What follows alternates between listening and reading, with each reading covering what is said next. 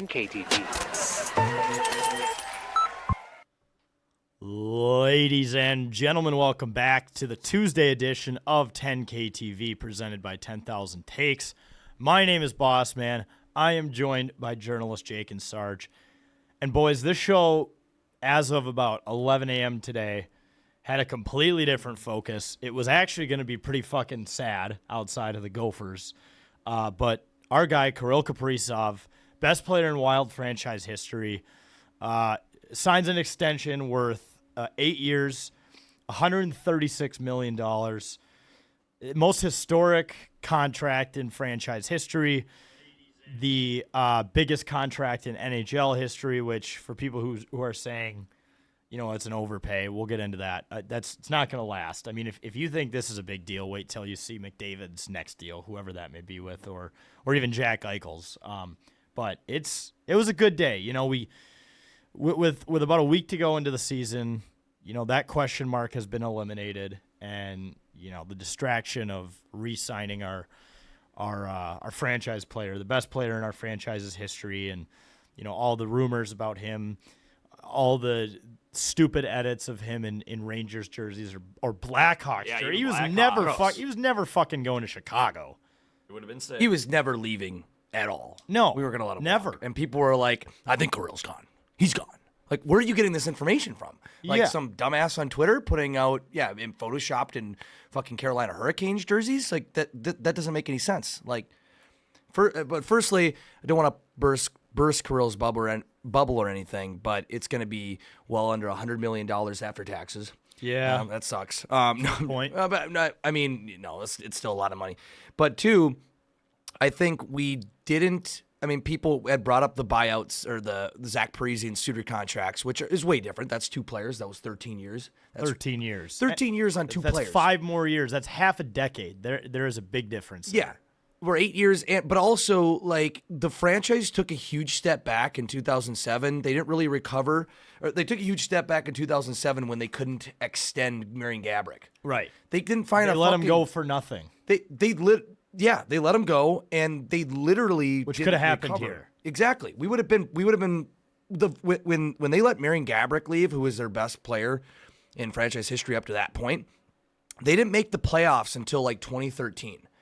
From 2007, when they let Gaborik walk and they were somewhat competing, going to the playoffs, still losing in the first round, which sucked. But they went from a playoff team to just a bottom-tier team, bottom feeder, pretty much, and didn't compete till 2013 and didn't find a goal scorer really until then, which was maybe Zach Parise, to be honest with you. But if we would have let Kirill walk, we would have just been set back for 5 years. 100%. We would not have made the playoffs, I don't think. Because everyone's counterpoint to that was, well, then you free up a potential $16 million in cap space, which you're going to use to go out and find another Kirill-type player who you're going to have to extend at a certain point or sign to a ton of money. Like I said, dude, just wait till you see McDavid's contract and Jack Eichel's next contract, and you're not going to feel so bad about this one. No. Now, don't get me wrong. I personally would have loved less years. Mm-hmm. But at the same time, he's 29. He's looking for job security. He doesn't want to redo this again in 4 or 5 years. So he either wanted that 8 years or someone else was going to give it to him at even a higher price. Like, for everyone saying, you know, maybe Billy shouldn't have let him push him around in the negotiations, I would imagine that he tried to start at a point that made the most sense for the organization. And Kirill's like, fuck you, I'm the best player in franchise history. I have the leverage here. So at that point, you either signed Kirill to what he wanted, which was clearly this, or you let him walk. And if you let him walk, you restart all of this over again. You know, I mean, people say you could go out and get 2 or 3 players where you need to have that alpha mentality, that alpha type player, which we're going to get into the Ryder Cup because that was a very similar situation. Kirill's a dog. You need a dog. And I get the concern between, you know, the injuries and it is a lot of money, but here's the other thing. The cap is going up. It's going up, you know, up to $110 million in a couple of years. But he structured it so that next year, so he makes another 9 this year, which is great. 2026, he's making 18.1. 2027, 18.1. 2028, 18.1. 2029, 18.1. But then it starts going down in 2030 to 16, 14, 12, and then 12 for his last 2 years when he's like 35, 36. And in the future state of the cap, that's not going to be that much money. So for people who are saying naturally he's old, he's going to decline, yeah, maybe not. I mean, he could also, like, look at Ovechkin right now. He's still got it, and he's however many years old. So He's Russian. yeah, Kirill. yeah, exactly. Yeah, they're tough. They're tough people. Yeah. I think just with where the cap is going and how his contract is structured, those later years aren't going to sting as bad as people think. It's certainly a fair concern, but like for everyone who's just saying he's not going to be worth that money, how do you know in 5-6 years? You know, Yeah. when he's in his mid. Matt Zuccarello is what, 36, 37 right now, and he's still got it. Like, everyone just assumes Kirill's going to be a decrepit beer leaguer by the time at the end of this contract, and yeah, that's where the risk is. Like, Billy knows by signing a long deal like this that could happen, but it also couldn't happen, and he could be a bargain contract with the way the cap is going and with how good Kirill is. You can't let him walk. No. He probably would have gotten fired if he would have let him walk. Yeah. I think he's it would have been the biggest. It would have been the most disappointing day in franchise history. I think so too. In recent history, at least. Yeah, he's a franchise player in the end, and I think he deserves 8 years. I know that we have the concerns about his injuries and whatnot, but he's still young. He's in his prime, I think, and that's what you got to do to win. Try to win a cup, especially in Minnesota. You gotta at least. You got to take a risk. Got to take a swing. You got to, in 8 years with this type of player, I mean, yeah, I think people are somewhat traumatized here with Minnesota sports. Which is totally fair, especially with the Parise Suter thing. I get why people are hesitant to big dollar contracts, but I think this guy, you got to do it. And remember, 13 years is so many more than 8. Like that's a 5. I get that they're both high numbers. That's a 5-year difference. I mean, Parise and Suter were decent players up until what year? About 8 of the deal? Yeah. It's when we cut them loose. 2019, 2020, yeah. It's not that bad, guys. No, I don't think it's bad. I think it's fine. Yeah, I think we had said like a 4 or 5 year deal would have been great, but I think he wanted 8. Like you said, these players want job security. They want to be able to stay on a team for a long time instead of bouncing around. And Kirill has already been with the organization technically for like pushing 10 years now, when we drafted him in like 2015. Yeah. I mean, we heard all the hype since he was drafted that this guy in the KHL is going to be here in a few years, and we're ready to go. And we're just going to let all that hype walk away because I think there's still so much potential. And what's 4 or 5 years? What's 8 years if we wanted 4 or 5 years anyway, and we think we can win a cup with them in 3 or 4 years? Like I think if we win a cup, it's gonna be all worth it. Yeah, for sure. Doesn't which matter. is what our guy Brucey here says. Yeah. If he wins one cup, fans will forget about the $17 million hit. Yeah, absolutely. Mm-hmm. And I think he can do it. I think they're still forced to like, okay, well, we signed this huge deal. He committed to this team and wants to be here for 8 years. Now it's like, okay, now we do have to put it into high gear and start building a team around him. And now that the cap shit is gone from Parise and Suter, now we're home free here. Well, and I was listening to Billy talk to Barrero on the way over here, and he mentioned a good point. Like, I know everyone wants me this year to go out. There's about $5 million in cap space left to spend that we could easily swing with at the deadline. And if you want to land big players here, like, you have to have good players here already. Like, for the people who are saying it's way too much money, let's get them off the books. Let's send them somewhere else and pick up 2 or 3 really decent players for the same amount of money. You have to have stars here for them to want to for those players to want to come here and for other teams to want to trade. Like, it's a chicken and egg effect. Also, we mentioned him in the draft. Shout out to Andrew Raycroft, the old goalie for Boston. There was a tweet from Spit and Chicklets today that said, from 135th pick to signing for $136 million. Andrew said, I was picked 135th overall too. God damn it. Oh, man. And then he also said, I played in the NHL when the team's salary cap was $38 million, and it's the emoji where he's slapping himself in the face. Mm-hmm. But then again, Jake, sticks are $400 these days. Guys got to get paid more money. They do. The cost of the game is going up for everyone. It's gone way up. I mean, just for a 7-year-old in mites needs to pay $200 for a stick, $400 for skates, Everything's going up. Sorry, Andrew in the chat says McDavid to Minnesota equals confirmed. If you listen back to the Billy G interview, we did say we would be his consultants on that situation. We said we were going to help him out with that. I may have, when I did text Billy G today about it, I said, now, he's like, sigh of relief, now on to McDavid. Yes. That's what I said. I haven't got a response or anything yet, but we're pushing it for McDavid. Yeah, dude, he knows that that's our role as consultants, as we drink a lot of Captain's Patch and we throw out names regardless of the possibility of signing them. I did love to at the press conference when I think it was our friend Jesse Pierce in the front row was like, at the press conference for Kirill signing, it was him and Billy, and there were 2 chairs, and Billy said, big chair for you, and Jesse was like, are you excited? And Billy's like, you better be fucking excited. Yeah, yep. Better be. He just already answers for him. Better be fucking excited. Like he's his dad. Yeah, like he's got a bit, he's up there with them. Like, yeah. It's like Christmas when one of your family members like gives you an awesome gift and how do you like it? And your parents are like, you're gonna say thank you. Yeah, you better say thank you. You better fucking say thank you. That's a pretty expensive gift. Yeah, that's exactly what else did Bill say for him, or he said something else too? I thought. Well, I did notice there was a picture of those 2 together, and you can very visibly see Kirill's pink eye, which he's suffering from. And guess what? He was the first guy on the ice today. Mm-hmm. Pink eye infection.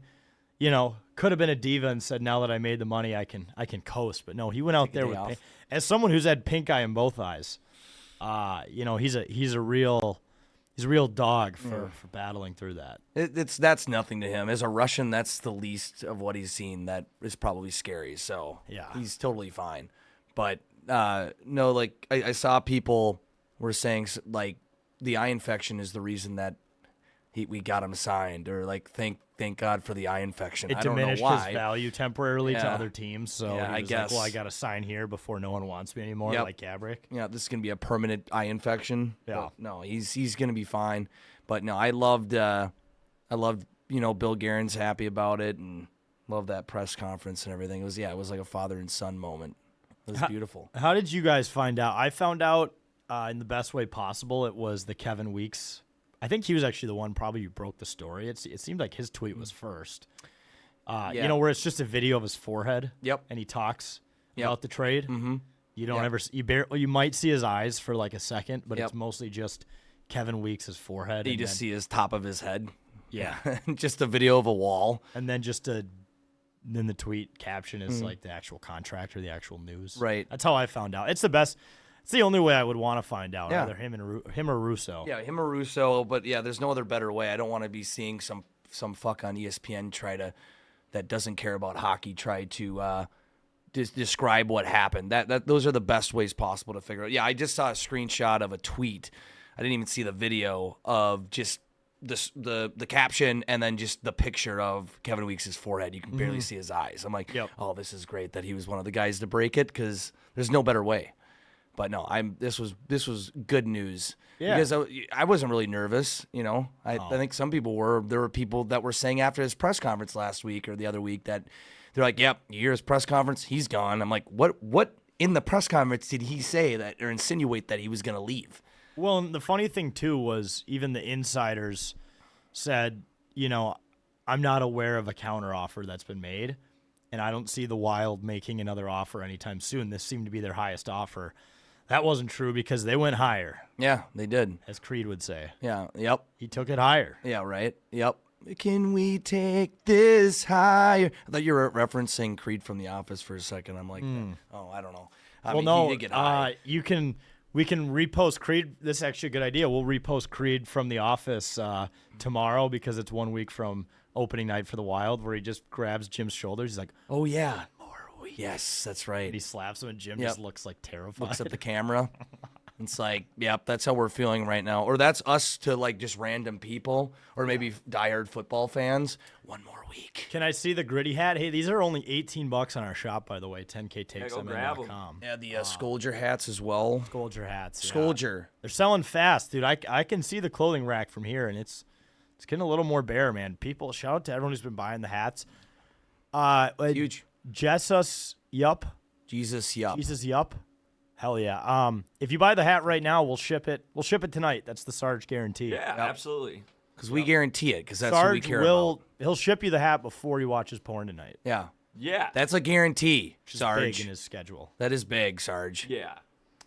What else we got on I mean, there was a little bit of bad news that came out of the Wilds camp. Appears Zuccarello's out for 8 weeks, but it sounds like Liam Ogren and his new ripped body as of this summer are gonna step into that role. We'll be fine. 2 months, everything. I don't see that being an issue. I mean, I don't know. I think we have enough young guys to fill the role. We got Vladdy Tarasenko now. He's apparently gonna step up on that first unit power play. That's gonna be fun. Yeah, Just Vlad. a couple Russians and an Austrian. Yeah, well, we have now him, Kirill, and Yurov, who are the Russians. Yep. The big Russian guys. Team hopefuls. Yep. Yeah, big Russians. Big Russian guy. We're a big Russian team now. But I think I wonder if having Vladimir, that definitely helps Kirill wanting to be here. Is bringing the guy to the Apparently, World Cup. Russian guy. like obviously Yurov is going through a lot, adjusting how to live in the United States, North America specifically, and apparently Tarasenko's just been doing his laundry. Nice. Which I always thought that was funny of all things. Like I didn't think laundry was. I thought that was a universal thing. Yeah. I would think maybe like English is something you'd teach him or like some American culture. Yeah, something with the culture or social cues or whatever, but no, it's laundry that's complicated. I wonder what they do in Russia that makes it so complicated compared to here. I would think they just have one of those buckets. Maybe they Use their hands. They use Yeah. the buckets. They some hand wash soap and everything. then throw it on the clothesline. They go up to this machine like, what is this? Yeah. This door? Too many buttons. There's door and button. Delicate? What is delicate? That's You great. think they can read? Yeah. I don't know. When you see Russian words spelled out, you're like, how do they know what that means? There's lines everywhere and dots and It's just like a lot of European. It's just all other languages. or Other like than, Chinese, dude. When yeah. you see Chinese Japanese. symbols, you're like, how can anyone read that? I mean, people probably look at English like that, I guess. But Sure, but it's like, no, it's the same thing. what the fuck? Yeah, no, but good. We're glad we have a couple folks on the team that have been engrossed in American culture a little more, like Kirill and Vladimir, to help out Yurov a little bit. Glad he's figuring out his laundry. Hopefully, Yeah. to figure that out. What do you got, Sarge? No, I was saying just thinking something. like, this is so dumb, but like other languages are just insane to me. Other languages, Like even how Spanish. they all work, it's like that doesn't make like how does that make sense to anyone? But dude, English is one of the hardest languages to learn because of all of our stupid rules. Like why? I always think about that. Like why are multiple gooses geese? Mm-hmm. But like, or why are multiple deers deer? Like, or silent letters? Yep, silent letters. Like like pterodactyl. pterodactyl. Yeah. or like the word cord. It's not chord. Yeah. It's not CORD. It's CH. Or like or the pH thing. Like why?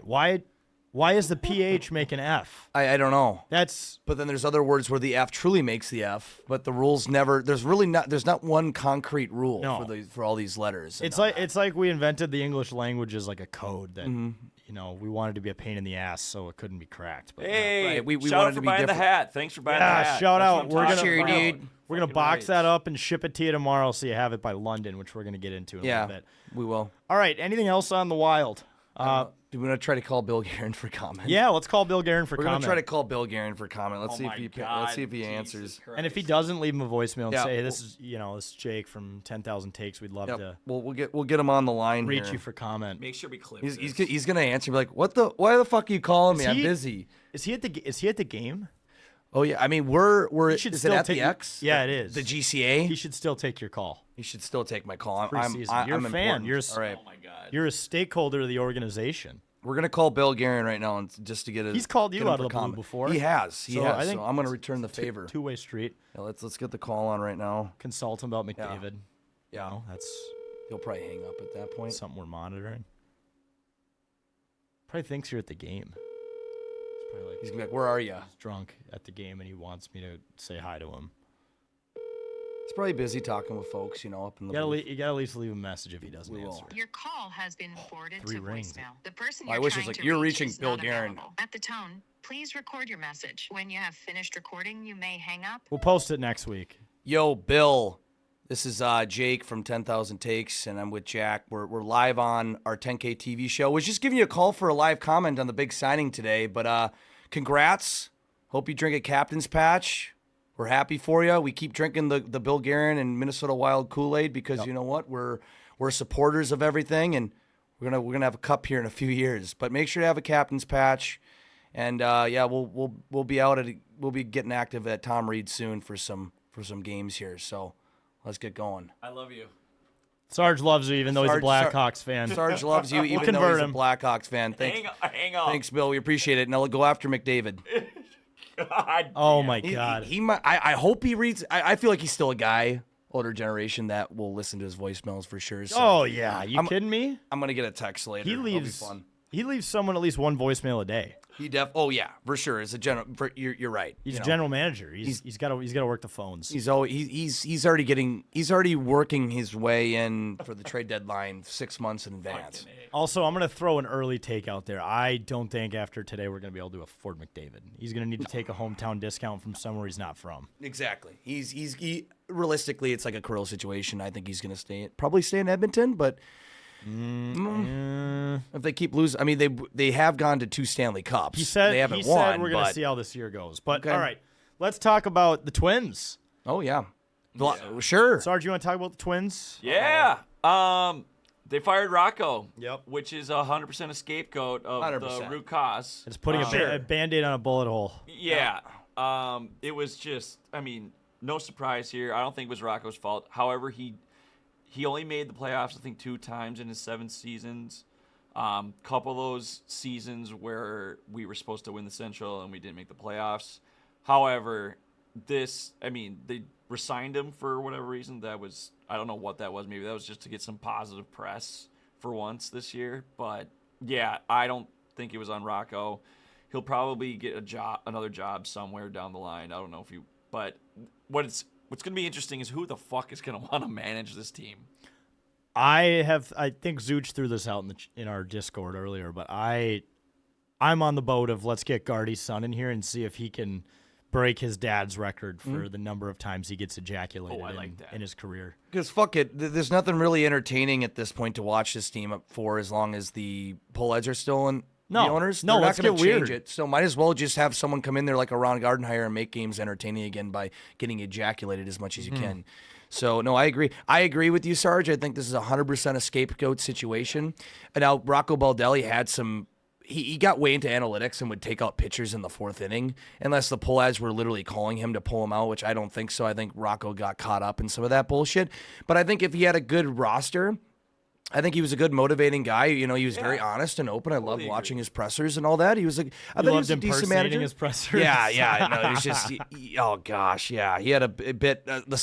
Another guy gone that I did impersonations of. I should stop doing impersonations. Yeah, of you're people. kind They of a leave. killer there. Yeah, so I should not do impersonations of anyone on the Vikings or anything, and I haven't yet since Kirk left. So, but no, I at this point, like you could bring in like Joe Torre in his fucking prime, and it wouldn't change anything on this fucking team. Come on, like you could any past prime baseball manager that had won countless World Series, they could come into this team with the roster we have with the moves the Pullads make. It wouldn't make a fucking thing. It wouldn't make a difference. No. And so it's frustrating. I'm glad the season is done, but Same. yeah. It's I don't know. looking back at the Baldelli era, we'll remember 2 things, I think. Actually, we'll remember 3 things. One thing is obviously the break of the curse, the playoff drought. Yes. 2023 was electric. Pullads looked at that differently, I guess. Yeah. The second thing I would say is remember when he got ejaculated? Sorry, I almost said it wrong. And he called the ump chicken shit. Yep. That was funny. And then the summer sausage era Yeah. was short-lived, but fun. Weird but fun. I can't think of 3 other things that bring me joy in the Rocco era than those 3 things. Maybe June of 2025. Yeah. As you mentioned, Jake, it was a kiss of death getting that hot too early. More like May. They won May. It was May, yeah. 13 games, and Yeah. I said you can't get that hot too early. And the problem is they started off like shit. Like even when they went on the 13-game winning streak. 7-15 in the first 22 games. Yeah, what did they just I think they barely broke 500 even on that 13-game winning streak. Yeah. And it's like, guys, you started off like 0-10. You're not going to recover from that. And then you sell the whole team. Sarge and I were also talking about it too. Like the first domino to fall, I think, was that. Maybe the second was Pablo getting hurt. Yeah. Because once Pablo got hurt, it was like, oh shit. There's Joe Ryan. There's Bailey Ober, who was ass this year. Was great last year. Ass this year. Ass. ASS. Ass. Yeah. I think, we were done. Lewis was out for a while, even though he struggled when he came back. But that probably had to do with the fact that he was barely playing and just wasn't able to keep up. So, yeah, I don't know. It was just and what's sad is even like before the trade deadline, when it felt like the team was dead, they were still within a few games or 4 games of a wild card, which is insane to think that they could have been playing right now. They could have gotten hot maybe in August. Like, you don't really know what Cleveland did. Cleveland went 20-7. And then Detroit. Did Detroit end up making it? Yeah, they're playing each other. Detroit versus Cleveland. But they had a meltdown similar to ours last year. Actually, worse. So it was considering they were winning the division. Yeah. Yeah.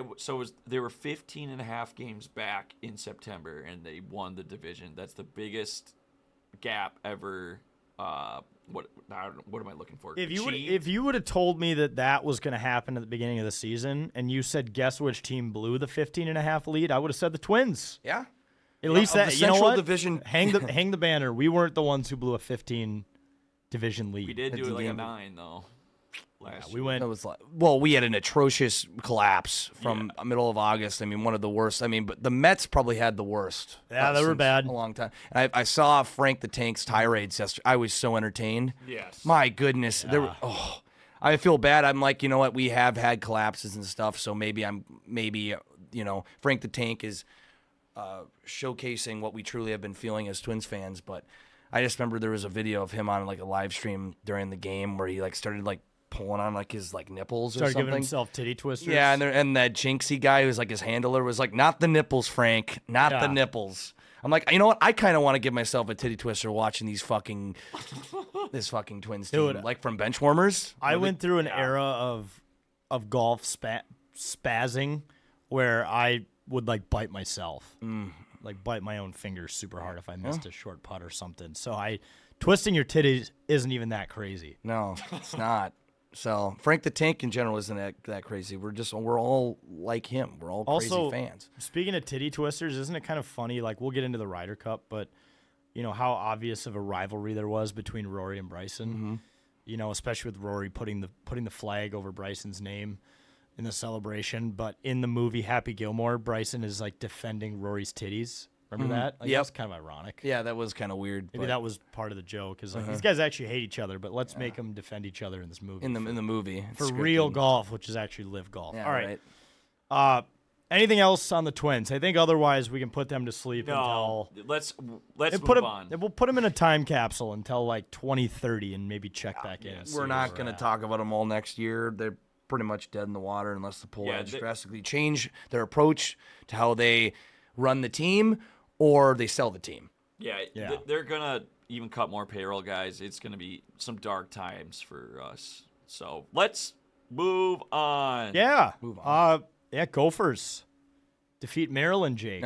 Nope. Sorry, Rutgers. You see why defeat Rutgers? You love How do I do that? Yeah, they defeat Rutgers. They're both two red mid teams on the East Coast that are in the Big Ten. I get them confused. Both kind of suck. But no, it was a very exciting, very fun game, especially a great response to kind of just playing absolute dog shit against California. Boring football. And just gross.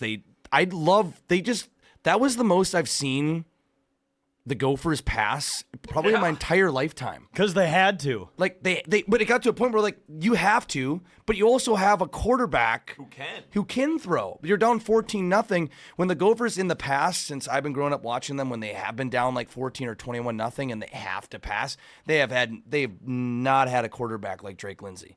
Just aerating it out.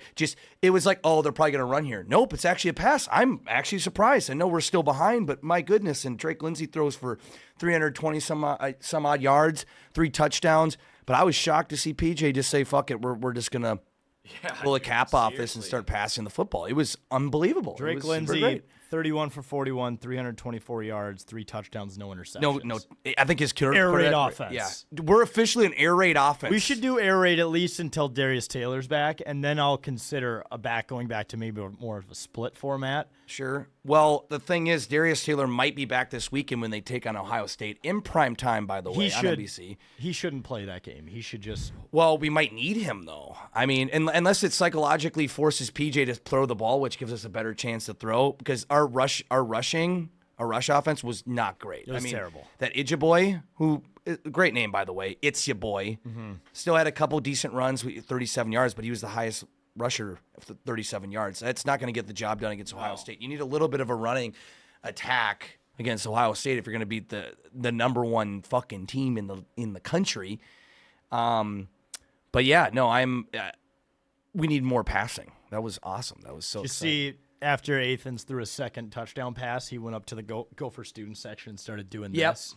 Mm-hmm. Can't be doing that in the first quarter. That's the kiss of death, dude. Because then we just pedal the metal after that, just kicked your ass. I mean, since then, yeah, we outscored them 31-10 or whatever it was. Yeah. Or not 31-14. But no, it was a tight game. It was I love watching close games, but when you end up losing it sucks, but when you win it's so much more exciting. My official angry PJ moment of the week was at the end of the first half when there was 8 seconds on the clock and he had a timeout. Mm-hmm. Didn't have a timeout, but didn't even try to run another play, like an out route to the sideline to gain more yards, and then we missed the field goal. If we would have lost, I would have blamed those 3 points. Mm-hmm. But you know what?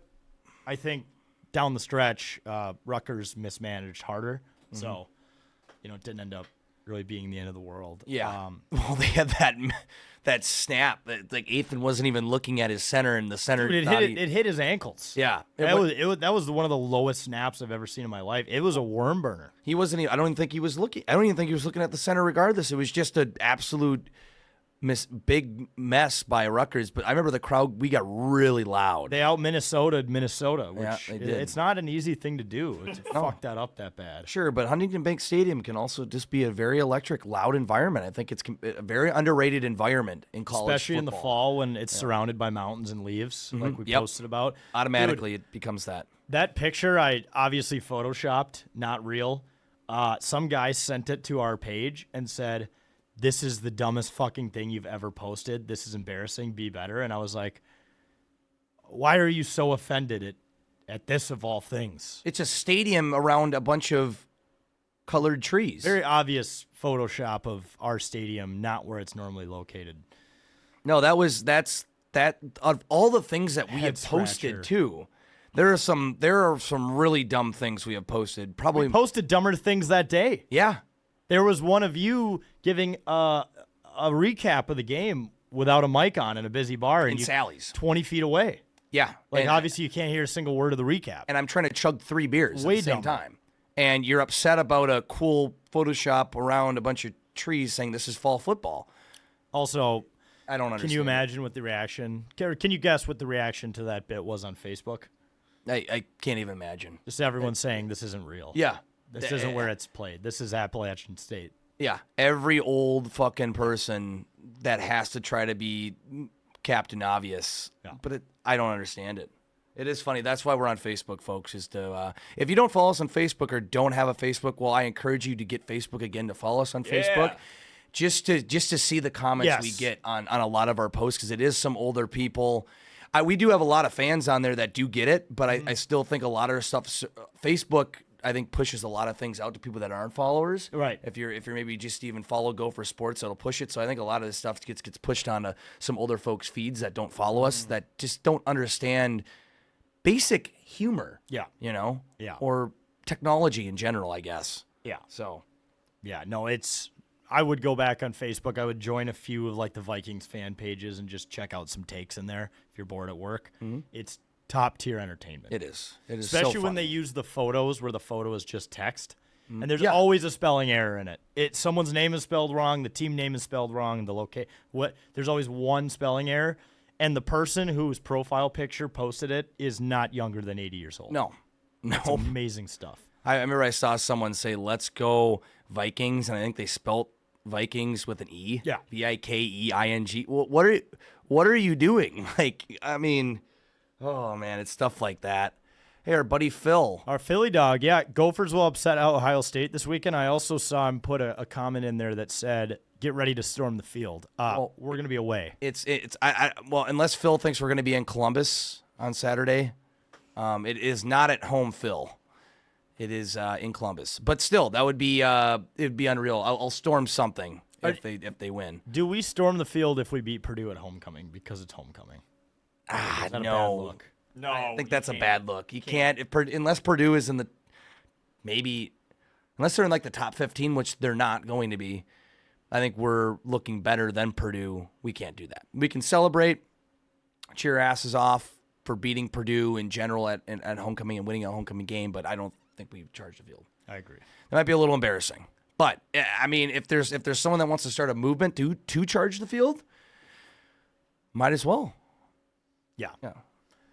That's a greasy contract, says Pure Blood. No, it's a good contract. Rewind the episode about 20 minutes, and you'll hear everything you need to hear about that. Yep. I think it's a great contract. It's not a greasy contract. It's a great contract. And my dad is trying to FaceTime me. Oh, really?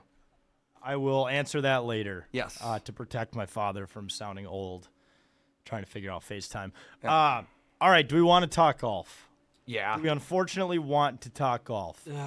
Man. Or do we just skip it? No. Let's face the address music. it. Let's Address be it. men and address it. Okay. Yeah. All right, yeah. Sarge and I were the only ones who worked hard in this entire U.S. team, and we drank Fireball at 6 a.m. on Friday, and that was maybe the only exciting thing that happened until Sunday. Yeah. Yeah, so for those who don't follow golf much, we fell to Europe in the biannual Ryder Cup. Some would call it the most important tournament in golf. Unfortunately, just did not have it Friday and Saturday. No. It was like frustrating to I don't know. I don't know how to describe it. It's like it's like it was all the same person golfing. Yeah. Like you have all these different golfers. How is not one? I mean, there was a None of couple them guys. can make putts, too. That was the common theme. It's like, okay, they're not making putts. When their teammate hits a bad shot, they proceed it with a bad shot. Well, it's like they couldn't. We were talking about. It's like there was something, especially with Scotty Scheffler. Like, it's like if they're not playing their own ball, even if it's in the fairway, like they're doing an alternate shot or whatever. Like their teammate hits it off the driver, off the driver really well, middle of fairway. But then for whatever reason, Scotty Scheffler can't get it on the green. Can't be the number one player in the world. Like if it's not your ball, you just all of a sudden the ball has a mind of its own. Like there are people hitting it into the grandstand. Yeah. Russell Henley on Friday, at least Friday from when I was watching, looked like he shouldn't have been playing the game. He of was golf. trying to kill people actively on the course. Yeah, seriously. And like going back to Scotty, like number one player in the world. I know this event puts a lot of pressure on him, but if you're number one in the world, you're expected to be the best player on the golf course. Correct. Yeah, 100%. I don't feel bad putting that pressure on him whatsoever. No. That's just what you've earned. I mean, that's like Patrick Mahomes. If he has a really bad game, tough shit. You're supposed to be the best player in the league, right? Yep. Like you're supposed to be the best player in the field. Act like it. Is I think the adult approach to that. I also too like Bryson did not play great until Sunday. His putting was really bad. Cam Young was an absolute dog. Yeah. He was good. Sunday, I mean, we'll get into Sunday. He was a captain's pick, right? Yeah. Yeah. Beautiful. Hometown kid. Yeah. Went 3-0-1. Yeah, he won like some amateur or the New York State Open there. Yeah. At Bethpage Grew Black. So grew he's up. Yeah. Very familiar. I'm good. Also, what the fuck was Keegan doing with the golf course? So, for those who don't know, the home team gets to choose how the golf course is set up. Really? Okay. You know how, like, guys were able to get spin out of the rough? Yeah. How every shot that was at the pin would just sit right next to Yeah. the pin? That's because the course was so overwatered, and he claimed that the course was overwatered because he didn't know it was going to just absolutely piss rain on Thursday, which it did. It rained, like, all day. So the course was soft all weekend until Sunday. Things got firmer and quicker, and look, we started winning Look matches. what happens. So, and he Yeah. even admitted, he's like, yeah, I really screwed that up. the course setup. I didn't put enough effort into it. That part really sucks. Also, why was the rough like the length of the rough at Goodrich? I know. What like What? every single ball was just teed up. There was no challenge to the I course. know. They have a sign at Bethpage Black. They're famous for it, for saying this golf course is extremely difficult. It didn't seem that difficult. And It they seemed made like a it normal easy. course. Yeah. I noticed that too. I'm like, why is this? Every time I went off the course a little bit, I noticed that every golfer, especially the Europeans, it was like they were on the fairway. Yeah. There was no challenge. They were able to hit the green every fucking time. Yeah, they weren't short. Like, remember when at Oakmont for the U.S. Open, when someone hit it in the rough, you're like, oh, that guy's fucked. You might as well take a drop or That's- provisional. But that's what he gets for missing the fairway. That's know. how golf works. No, it did not work like that this weekend. Not at all. And it was just a birdie fest. It was a dart fest, which is, in my opinion, not the way the Ryder Cup should be. No. And then also credit to Europe for literally just the definition of ham and egg during an alternate shot. It was crazy how good they were. Do you also hear like the attention to detail that their captains put into taking care of their players? Like Luke Donald had their bedding changed in the hotel to optimize like the most comfy sleep. Wow, yeah. There were cracks in the door where light would get in, and he had like all those cracks filled. There were discussions about switching fragrances in the shampoo. Like these guys are that detailed about it. The U.S. team was just like, oh, fuck it. We'll just show up and we got Scotty Scheffler. That's kind of like what they were thinking. Yeah. I think they're like, oh, we got it, you know. It's all right. The We're at home. New York fans are really, they're really mean. So, we're going to win that way. Yep, they're going to be on our side because they were brutal. Then, like, Rory's wife got a drink thrown on her. What are you doing? Christ almighty. Well, I okay, that's also- a little too much there, guys. Like, let's take it back a little bit. But I also love, like, seeing Europeans who don't follow American sports much discover what the East Coast is and how the people are. Mm-hmm. They're like, this is crazy. These people are unacceptable, and there's no room for this in sports. I'm like, they do this in every sport. yep, Like multiple teams. yeah, at multiple stadiums. Yeah. You should see some of the fighting videos that go viral. This should have been the least surprising. I agree that it was, it was way too over the line, especially like some of the shit. I don't think Rory should have put up with what he did, and shout out to him and Shane for like kind of holding each other back. Like they both wanted to fight fans. Yeah, I multiple think they did. points. Yeah, I think they did. But also, like, if you know anything about the East Coast, you should have been ready for this, because this was gonna happen. Yeah, I remember. And speaking of like Hazeltine, where it'll be the next time it's on U.S. soil. Like I remember in 2016, Rory was yelling at fans, and he was much younger back then. But the Europeans were getting pissed at the Minnesota fans, and like the East Coast is a whole different breed. But us Midwesterners, though, too, like when it comes back in 4 years, like we're the football, hockey drinking Midwest folks over here. It's gonna be just as it's just as crazy, maybe in a different way. But Yeah, that's just part of the U.S., man. Like. I think, too, we'll be a lot better at cheering harder. Like, our fans didn't cheer harder for our own team. They cheered less, or they went harder against the other team. So when I noticed that, like, when they missed a putt or when and sure, you should clap for that. I mean, I would too, but like when the Europeans or Rory missed a putt or, they clearly shanked it a little bit when we hit the green closer to the pin, they were like cheering louder than when they were coming up to the tee box. When one of our players was coming up to the tee box to tee off, it's like they weren't cheering as heavy as they should have. Like we'll be going nuts no matter what happens here. So I'm actually really excited for that because I definitely want to be there for that. Next time it's at U.S. soil, it'll be here. And Yep. the great Hazeltine. Chanhassen. Yeah, I'm super excited for it. Hazeltine, that's where Jim Nantz coined the term "Hello, friends." Yeah, and that's And a where PGA championship. someone stole my 60 degree, so we will never forget about that. Yeah. I think.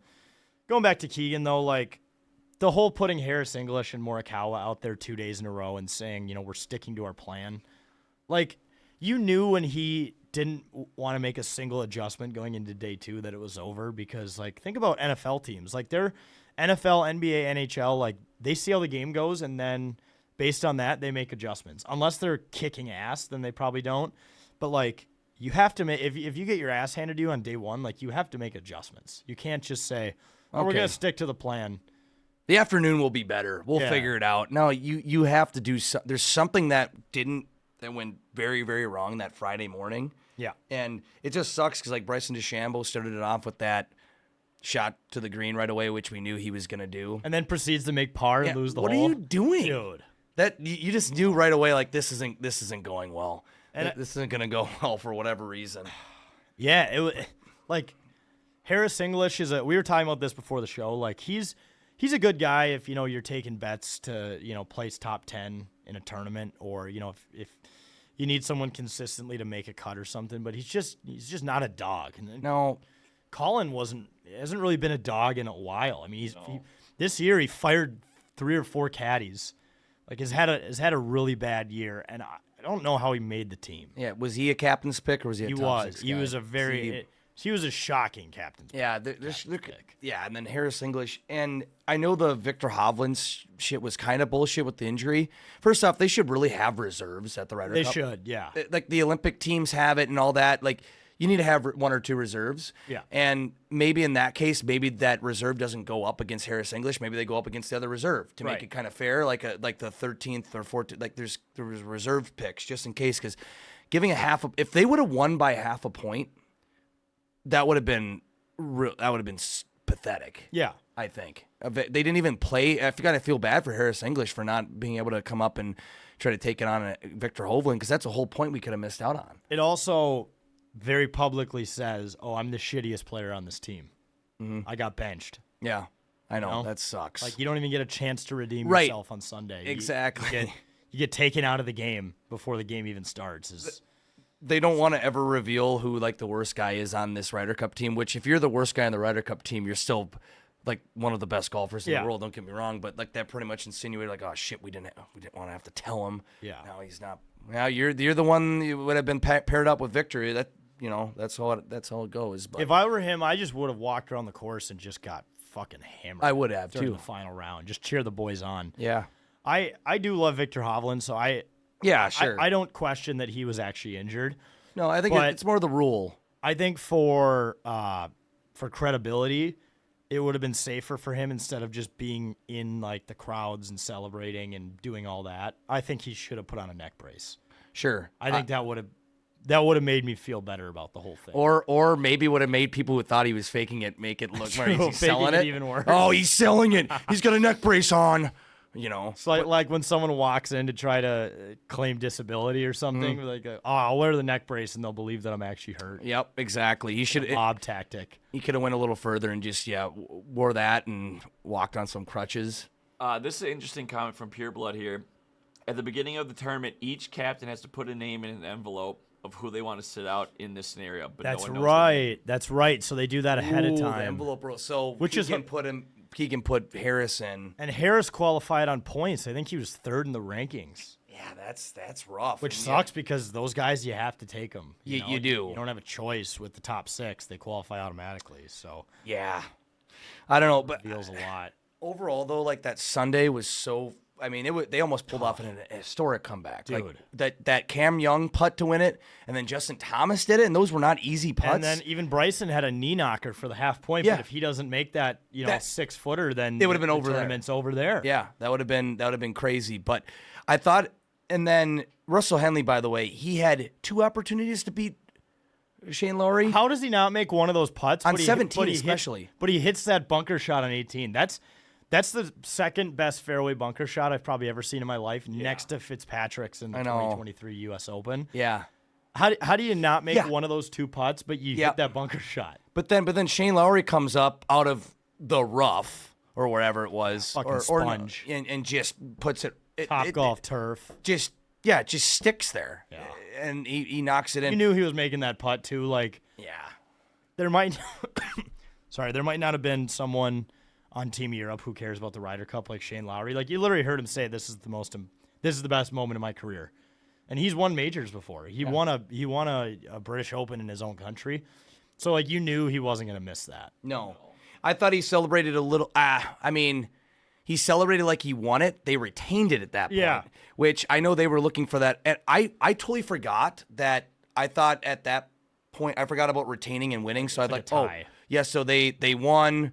Okay, they should they're clearing off the other matches, right? But no, they were still playing golf. They had to finish up the matches, and that was actually a very important half point for them to get, so they can win it outright. Like they don't want to just retain it. Well, and Benny Booms makes that big putt on 15, I think. So that match started to flip. Yep. Sam Burns in the other match was even.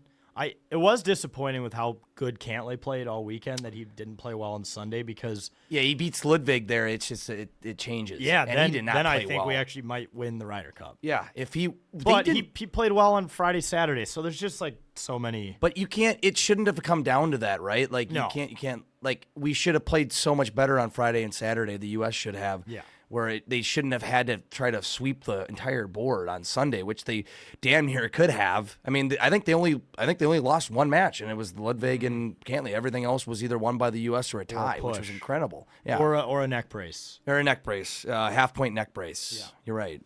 So. Dude, what if you just called Bill Guerin and asked for his comment on the Team Ryder Cup USA? So I'm calling you back here.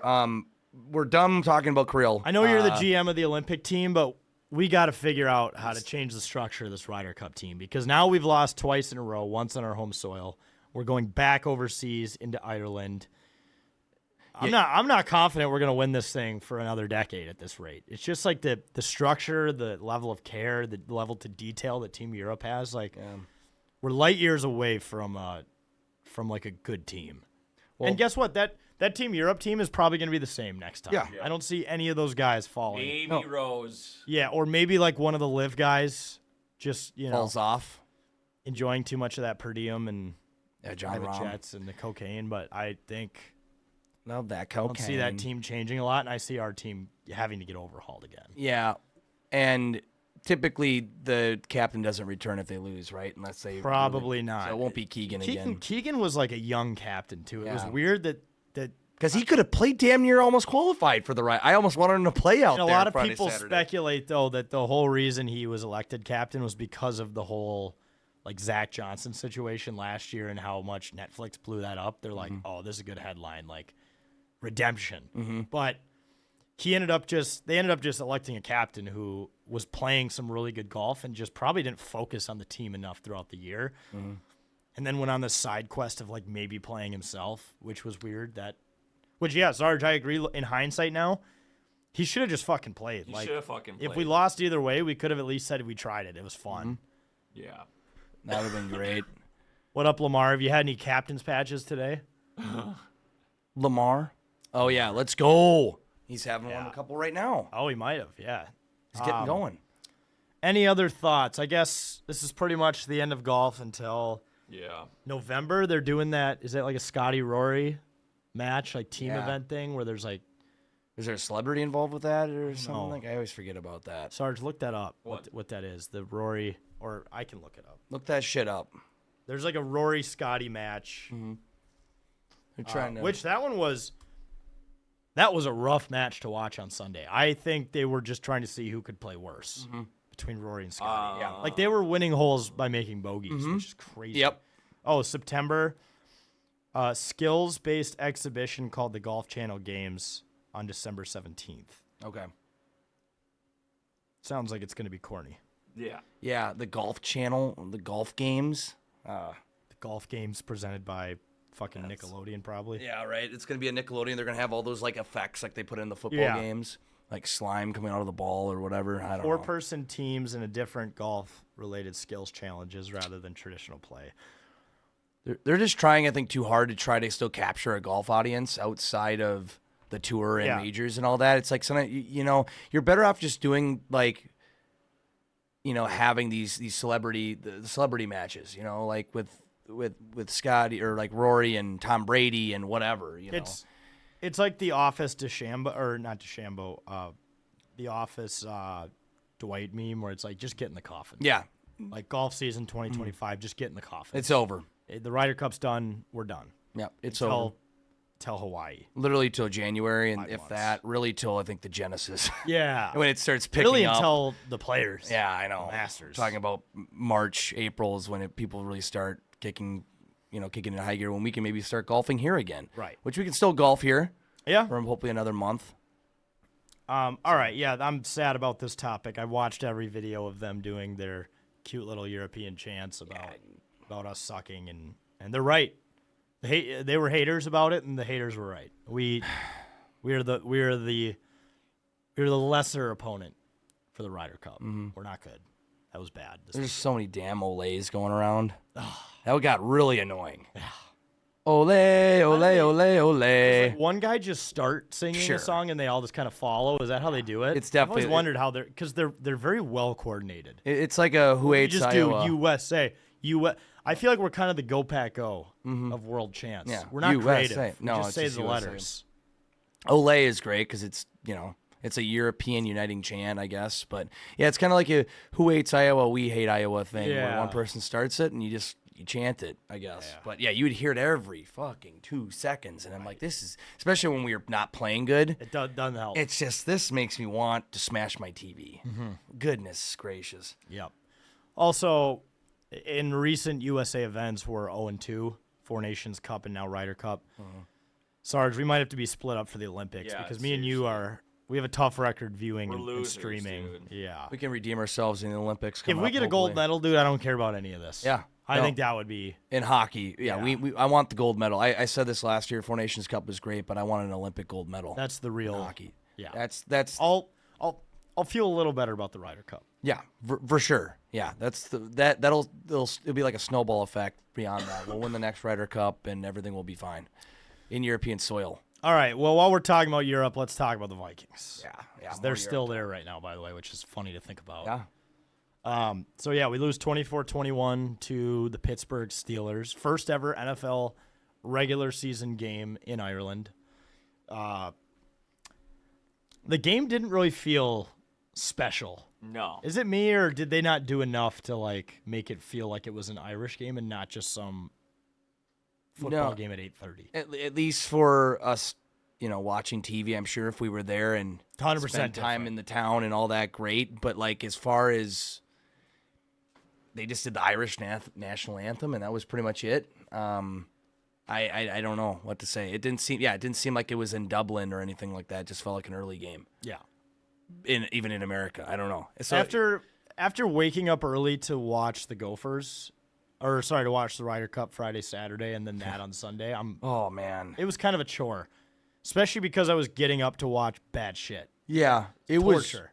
was rough. It was rough for just like you were saying, like we woke up early to tailgate on Saturday, and then we were out all day Saturday, and then waking up and you were on the stream, or were you on the stream? I was okay. No, there was too much Yeah. body mass on Yeah, the a stream. lot of Dude, meat. oh yeah, that's right. I couldn't Rens. fit. I couldn't fit on the stream. Well, dude, so I drove to the Hop House in Mystic Lake, which was rough. Wow.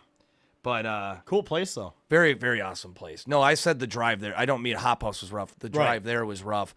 But the Hop House, insane, great atmosphere, great food, awesome place right in Mystic Lake. But I remember, like, I pulled up the stream, and I see Renz, Sarge, and who else was it? AJ? Lucas. The Packer Punisher with the mask. I'm like, this is football guys right here. Dude. This is football guys. The couch was radiating heat, dude. I was gonna say, Oh my that gosh. room must have gotten up to Thank God for fans, dude. 100 degrees. Because the AC is also turned off, and you have that much body mass in And there. it was kind of hot. It's been kind of hot It here. has Like, been. dude, it feels like it's middle of June right now. It has been, yeah. It's been almost too hot. Like I said, it needs to get down to cooler temperatures. And now that we're in No. October, I think we'll It get be- to that. Or what's gonna happen is it's gonna be like this, and then you're gonna snap your fingers, and the high is gonna be like 40. Yeah, right. I know. I could see that happening too. Like we Very might quick. not even get a fall. No, Should be bullshit. it'll go down to like 30 degrees, 20 degrees, 10 degrees, or whatever it is. But, Yeah. yeah. Overall, just not all that great of a game. Like the Vikings went down and they tried a valiant fourth quarter comeback, like they've did in the Chicago game, and yeah, it was one of the worst fourth quarter almost comeback drives I've ever seen in my life, or attempt to comeback drives. It was just, what are we doing? Like first off, the O-line looked bad. Yeah. And they've looked bad all year, which is upsetting because, again, we're away from, we're not putting a lot of money into like the quarterback, so we should have all this money. Like we were lectured on this for 7 years with Kirk Cousins. All right, so let's get a good O-line now, okay? And we don't.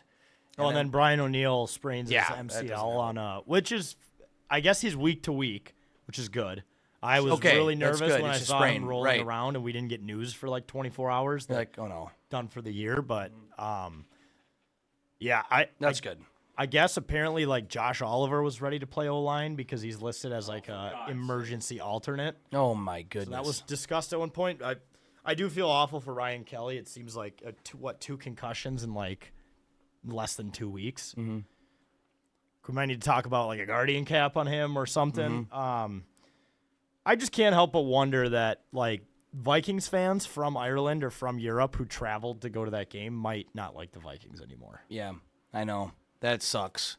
Because it was just a dud of a It's a game. tough Nothing was watch. going. And like Carson Wentz, he looked okay at his moments. You know, he threw for like 350 yards, but he had those couple picks were just brutal. Yeah, like that pick six. He was like, my he was goodness, trying man. to throw it to their players in that last drive. And then in that last drive, yeah, I thought they did pick it off, but thank God whatever the defender for the Steelers like bobbled bobbling it, you know, going out of bounds. I'm like, oh no, So lucky, dude. and like, dude, and then we can't. I heard the play clock situation was a little bizarre out there, but still, like how you can't read that. You're going up to the line of scrimmage, not hurried up at all, and the clock has been at 0 for 5. Like the clock is at 0. Well, there's two weird parts about that. The first weird part is they said that the play clock on the end that we were going to was turned off for the day. They were told before the game that one side's play clock would not be working. Yeah. So that part's weird. I don't know. It's like turned off for the day. You have an NFL game coming in with teams relying on a play clock. Yeah. This isn't just some little league game like, oh, we'll figure it out tomorrow. Like, this is, what are you doing? Second off, like, they spiked the ball and they were treating it like a timeout. Like, Wentz was kind of just strutting over to the sideline like they called a timeout. Yeah. Fucking, you might as well bring the girl with the water bottle I know. on, too, at that point. And then to no one's surprise, they're not even like lined up at the line by the time the clock hits 0. It's at 0, and they're taking their time. I thought, what no happened? timeouts. I don't know if you have to have someone tracking it somewhere. There's the play clock. It's behind you or whatever. The KOC should be looking at the fucking play clock. Like, what are you KOC doing? turned into PJ. I know he did turn into PJ Fleck there for a second, or even Mike Zimmer. Yeah, That was a little bizarre, but Mike Zimmer with only one working eyeball. yeah, right. Oh my gosh, with the mask, he might as well have been wearing that. Yeah. But yeah, it was a tough watch overall. They should beat Cleveland. If they don't, season is over. Dylan Gabriel playing this week. Yeah, is that they confirm that? Oh my gosh, because Joe Flacco, they have looked really bad. The fact that the Packers lost to that is so funny. That's hilarious. And then that came in a tie, Packers Cowboys. dude, Oh my gosh! And people were asking Dak, and people like, is it like kissing your sister? But this, if we lose to Cleveland, it'll be the team worse might than have to kissing your just stay sister. in Europe and never come back. Not for the year. Just Just travel the world, enjoy back. yourselves. We'll try it again next year. come back for OTAs in May. It does really suck because if we go 2-4, McCarthy's still not healthy. 2 and like, 3. It would be 2 and 3. Maybe 2 Sorry, but still. it's gonna also be like, man, if we're gonna just be 500 and miss the playoffs this year, I really wish we could throw the year away from McCarthy. Mm-hmm. At least we could get him developed, but he's not even playing, which makes it even worse. Yeah, and I really still think Wentz can play well with this team. I think, like I said, he has some good throws, but he has some questionable decisions. I don't know if it had to do a lot with the the play clock and all that stuff. But Also, did you guys see? He walked into the game wearing like a traditional Irish like suit and like one of those hats. yeah, that was great. And he was wearing it in the post game presser. Yeah. You got to have an alternate outfit if you lose. Because doing that whole thing after the way the game ended and how he played, which sneakily though, like Jetta's had 10 receptions for 126 yards. Mm-hmm. So like kind of a good garbage time. Jordan Addison being For back, sure. he looked good. Got chased down by a very white guy though. Yep, he did. That was a little rough looking, but I don't know that we ended up scoring anyway. It gave them. If he would have scored, that would have given us more time. Yeah, which yeah, it sucks. would've helped. But it Also, he's still getting open. There's no point in doing onside kicks anymore. I think you're better off like trying to force a fumble on a knee down or something because with the new kickoff rules and having to announce it, like onside kicks are just a tough watch. Mm-hmm. The fact that someone said that there were like 15 recovered last year. It's less than 1%. but it's like of it working out. But even like 15 or 10 or whatever they said was, I'm like, that still seems high. Yeah. How were there 10 or 15 recovered last year? So, yeah, I knew it was just kind of, that wasn't going to work out. But I don't know. I just hope they can take one of these games overseas. That would be bad if they get swept overseas like this.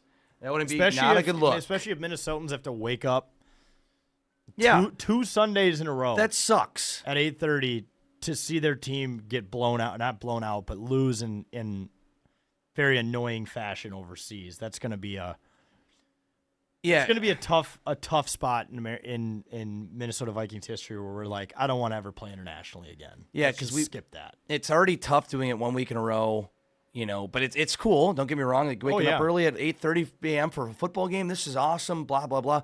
But to lose like that, you wake up, especially now this weekend, you have the Gophers playing at 6:30, 7, and we're going to be watching that. And especially if they win, you're going to be up a little late, and then you got to be up for the Vikings game. And it's just like these 2 weekends are going to kill me. I'm going to be sleep deprived. I'm going to die of sleep deprivation over football teams. Like you're going to get into a lot of lawsuits here if you keep wrongful death lawsuits here if you keep scheduling this. But, 2 weeks in a row, I remember seeing this on the schedule. I'm like, am I seeing that right? That's a little much. I mean, sometimes noon games can be a lot. Noon games can be rough if you're out late on Saturday night. Man. Yeah. This one was tough this weekend, but I don't know. We'll see how it goes. You got to beat Cleveland. Final thing, Jetta's had a quote after that was quote unquote, we got to take a look in the mirror, which is never a good sign when someone's saying that. Whenever you got to take a look in the mirror, it's not good. You know what comes next? Players only meetings. Oh, yeah. That's when you know it's going to be really bad. Yeah. But I don't think we're at that point We're not. yet. No. We beat Cleveland. You're 3-2. I saw some articles coming out saying Viking season is pretty much over. They're on a decline for tanking at this point. Blah blah blah. I'm like, what are you talking about? We're 2-2. We're fine. I didn't expect to have extremely high expectations for them to run the table or anything, or even win the division coming in this year, especially having a first year quarterback. But we're 2-2. The rest of the league is fairly balanced at this point. And I think if they just come out of here 3-2, come back to Minnesota and figure it out, reset a little bit, and figure out where you're at with the quarterback situation, I think they'll be fine. It's way too early to panic. I mean, I don't know what the hell we're talking about.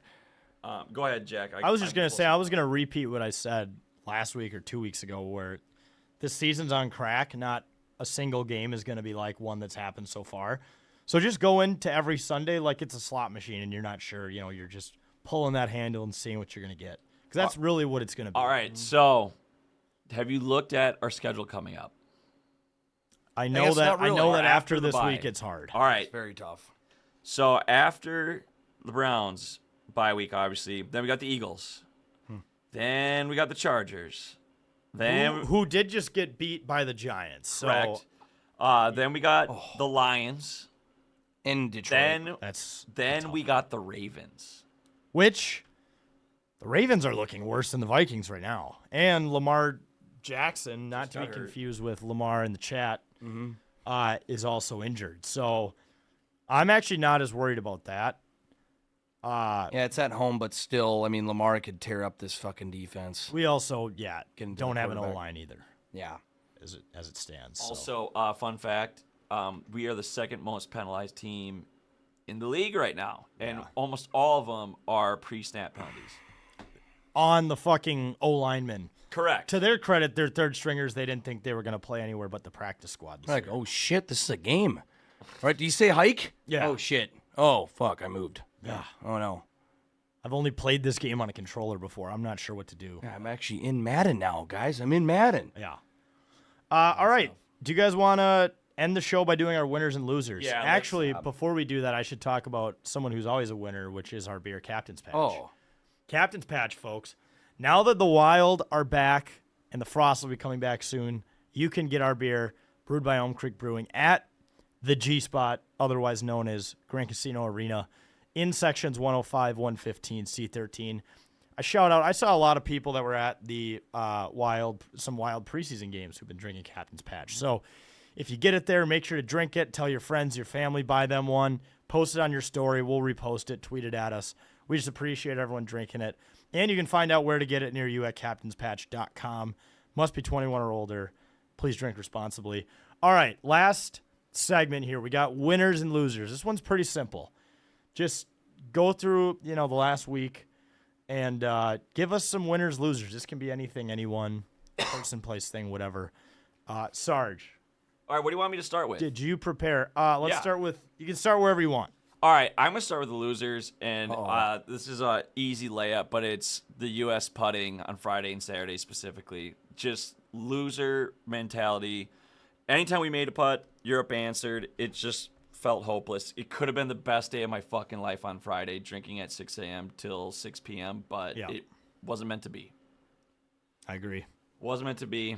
And now my winner is my sister and brother-in-law who just had their second boy today, and I am an uncle times 2. Wow. Congrats, Yeah, dude. shout out to Congratulations, Noah, Sarge. shout out to Katie, shout out to Mason. Another kid to be exposed to the craziness of your Yep. mind. Yep, And- so shout out to them. And more babysitting for you. Yep. Yeah, I'm okay with being the uncle. Funkles, it's kind of fun. You don't want to be a Sarge. father yet? Yes. You No. do? You? No, dude, it's so much work. He would love to raw dog it, though. I think you, yeah. There's the benefit to that. There's a huge benefit. Yeah. There's a pro. Yeah. That's right. He'll just stick to the hand for now. Yeah, right. All right, Jake, what do you got for winners and losers? Yeah, so I got a few winners, couple losers. So let's start with some winners here. Bill Guerin, obviously, got the deal done despite people ripping on him, for weeks on end, probably months now since free agency started, that he should have got a deal done or he won't. And he signed Kirill Kaprizov to the deal he got. Another winner, I got to say, the month of October. We're approaching. It's one of the best months in my opinion. It's Yeah, in agreed. Minnesota.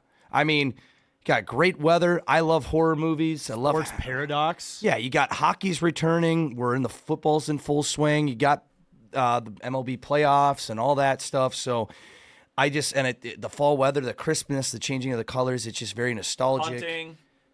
What was that? I'm gonna Hunting, yes. reinforce. I hope we don't get cucked out of that weather. Yeah. It's the best weather, right. but we've seen this happen where it goes from warm. 80 to fucking 30 in a week. We So, do- knock we- on wood on that. You do still see the changing of the colors.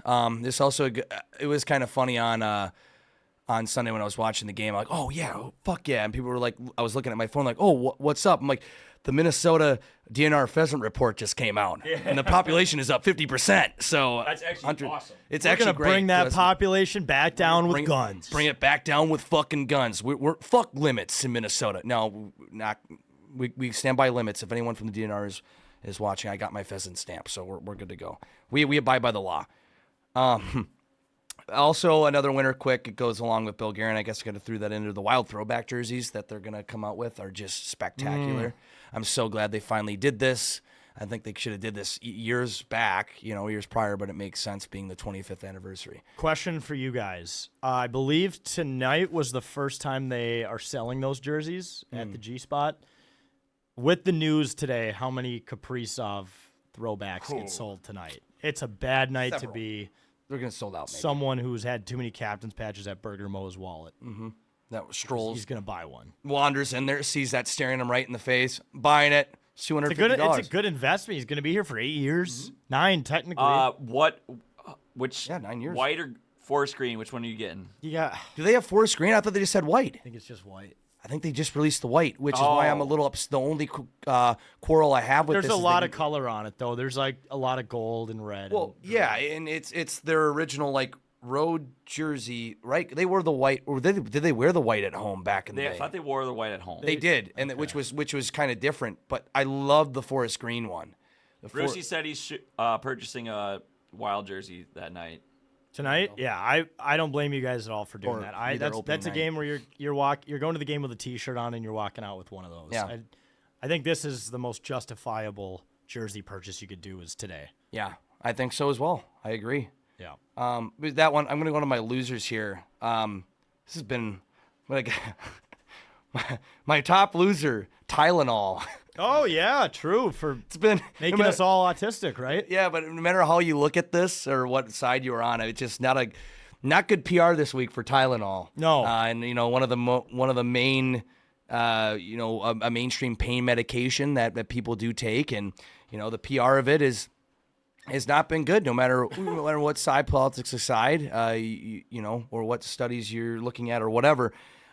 It just hasn't been a good. Tylenol is the loser of the week. But then again, dude, if anyone knows how to navigate that, it is Tylenol. Because do you remember the Tylenol murders back in the Watch that 80s? documentary. Yes, like at least it's not as bad as it was then, where people were literally dying from it and they had to take it off the shelves. And they bounced back. Yeah. They're here. So they've been through the gauntlet. They know what they're doing. They do. If anyone can come back from this, it is Tylenol. 100% correct. Another loser I have is the Super Bowl halftime show. I know there's a lot of political stuff going around with Bad Bunny, blah blah blah blah blah. I don't care about that part of it. I'm just done with the mainstream pop bullshit. Let's get a fucking rock band in there. Dude, United States of American rock band. It should be a national vote who gets invited to play it. I Taylor want. Swift said no, which I don't blame her. Like sure. she wasn't gonna get paid. She's more famous than the Super Bowl. She doesn't need to do it. I just want to see some guitar solos and heavy drums. Bring in like fucking Creedence Clearwater Revival. I know John Fogerty's really old, but something like that. Or, I remember when they, 20 years ago, they had the Who. They brought in the Who. Yeah. Prince was sick. Bring in some good old, switch it up. I get, you want to be mainstream, but it's just the choreographed dances and all these crazy costumes they do. It seems very redundant. Lip syncing bullshit. Let's stop for 1 year, please, and bring in a fucking rock band. Like Pure Blood said here, Creed. Yeah. Creed would be great. Or Red at Hot least, Chili Peppers, or at something. least bring Creed back for Thanksgiving, right for the Dallas game. Right, exactly. Let's start with that. But start with that. I do agree that, or like we should change genres every year to support everybody. Yeah. Like maybe 1 year you could bring in. Some people would hate this, but maybe bring in like an EDM artist. Sure. Maybe 1 year do a country guy. Maybe 1 year do a rock band. Switch it up. But it's just pop. It's just mainstream pop. It applies pop, to like pop. the 10-year-olds. Yeah, the 10-year-olds are people that I don't know. It gets The ironic thing that you mentioned with the politics is Bad Bunny said he refused to play shows in the U.S. to protest the ICE raids. Yeah, and now But here then he says is. yes to the biggest U.S. gig of all time. Yeah, so it's just very ironic to me. But overall, it's just like we're done. It's the same thing every year. He needs to sing at least one song or rap at least one song in the caddy outfit from Happy Gilmore. From Happy Gilmore. Because he was Happy Gilmore's caddy. Mm-hmm. That might win some people back. That'd bring in some of the crowd of some of the people that want to see a different style of music come in or whatever. But I don't know. I think that's another loser again this year's Super Bowl halftime show. It's just gonna keep going with these mainstream shit. I think. All right, I'll take us home here. So my winners, I have Minnesotans who get to experience summer at the end of September, because while it could be that fall crispy weather right now, it also could be almost winter already. I mean, we've had years where it snowed on early October. So I think we are winners at the fact that it's hot out still, which is kind of cool.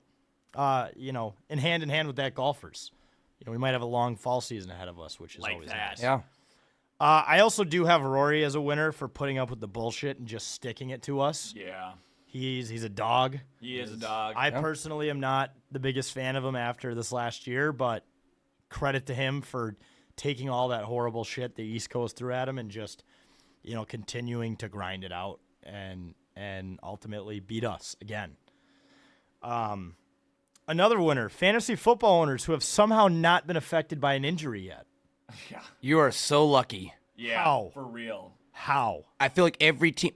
My team, I'm in 3 leagues in my auction league draft that I put the most effort into, because you do, when in auction drafts, I feel like you do have to put more skill or knowledge into forming your team.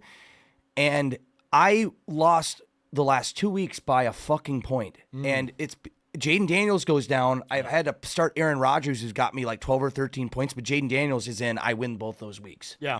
And Terry McLaurin was out this week too, and it's like just these injuries are fucking me over. Blake now already. Neighbors is out for the year. Yep. After this week. Tyreek Hill. Tyreek Hill. Yeah, I had him. Which he looked, is it me or was he excited He's thrilled. when the cart was, his leg went backwards. Yeah, that's He's disgusting. He's like, I get to be paid now and not play and have the pressure of performing now. Yeah. So fuck it. And I'll probably be on a new team after this. I have all of this season and next off season to figure out where my next team is. Because it's not here. Kind of relax now, I guess. Yeah.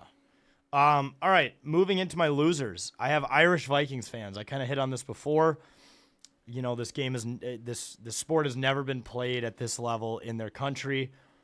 If you were already an Irish Vikings fan, it's really unfortunate that, for the first time you get to see your favorite team play on your home soil. They do what that happened, what they did there. Really tough for them.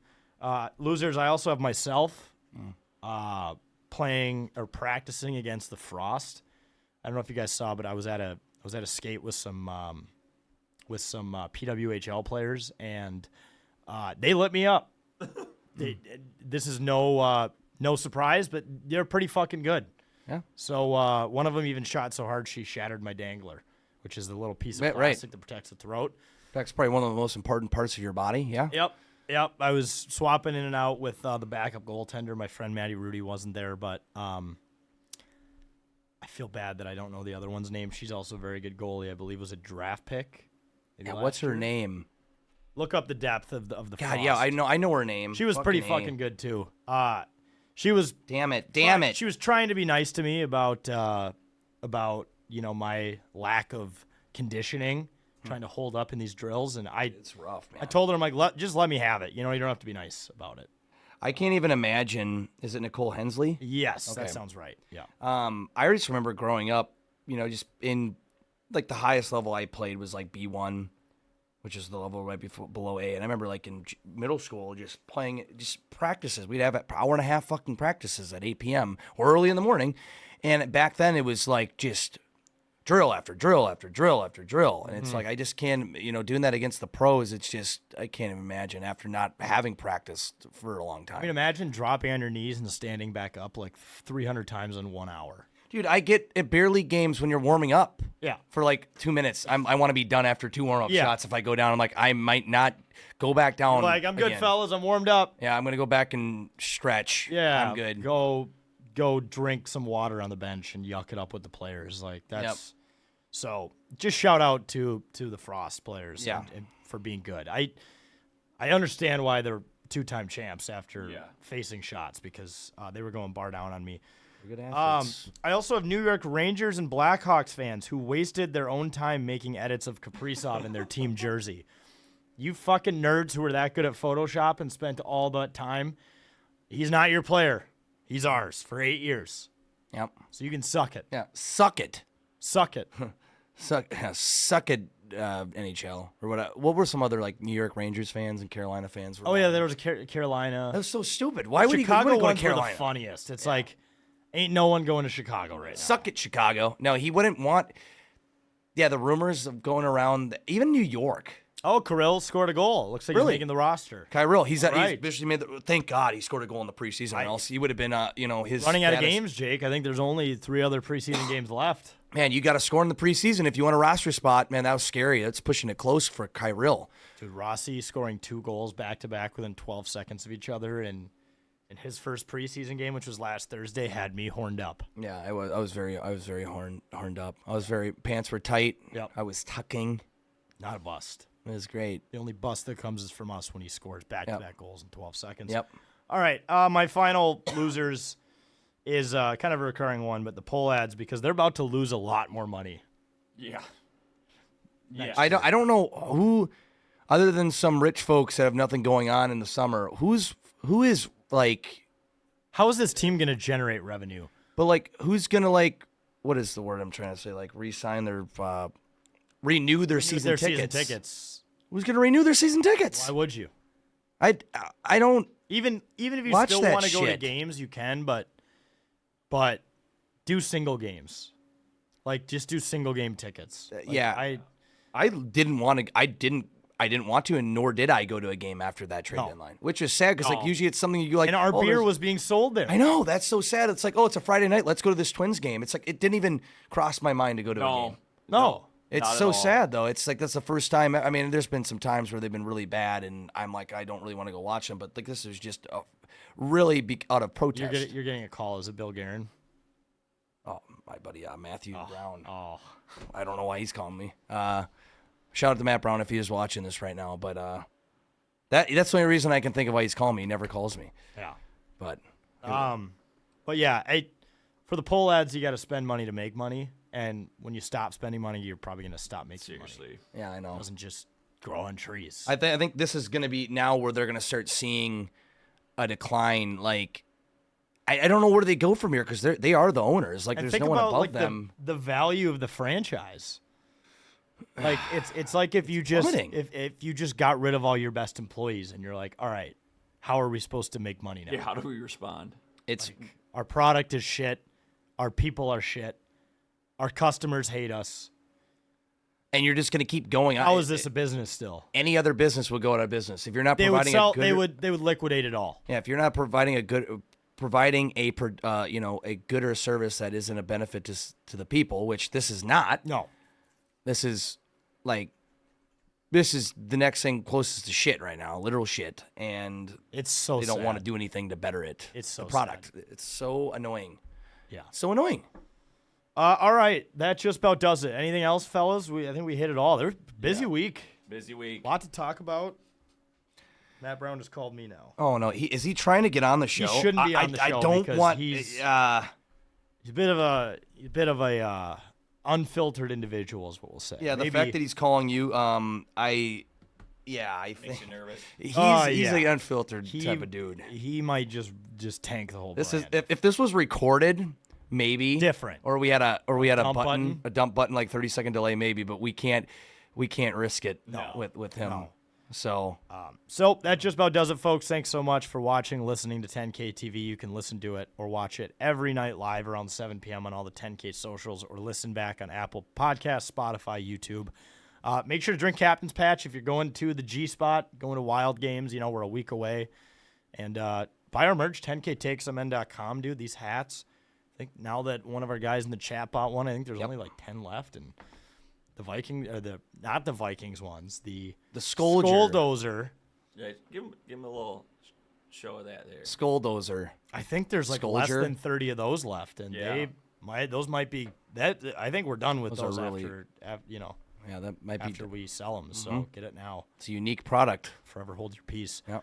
All right, everyone. Thanks for joining us, and we'll see you next week. Bye. Bye. Peace.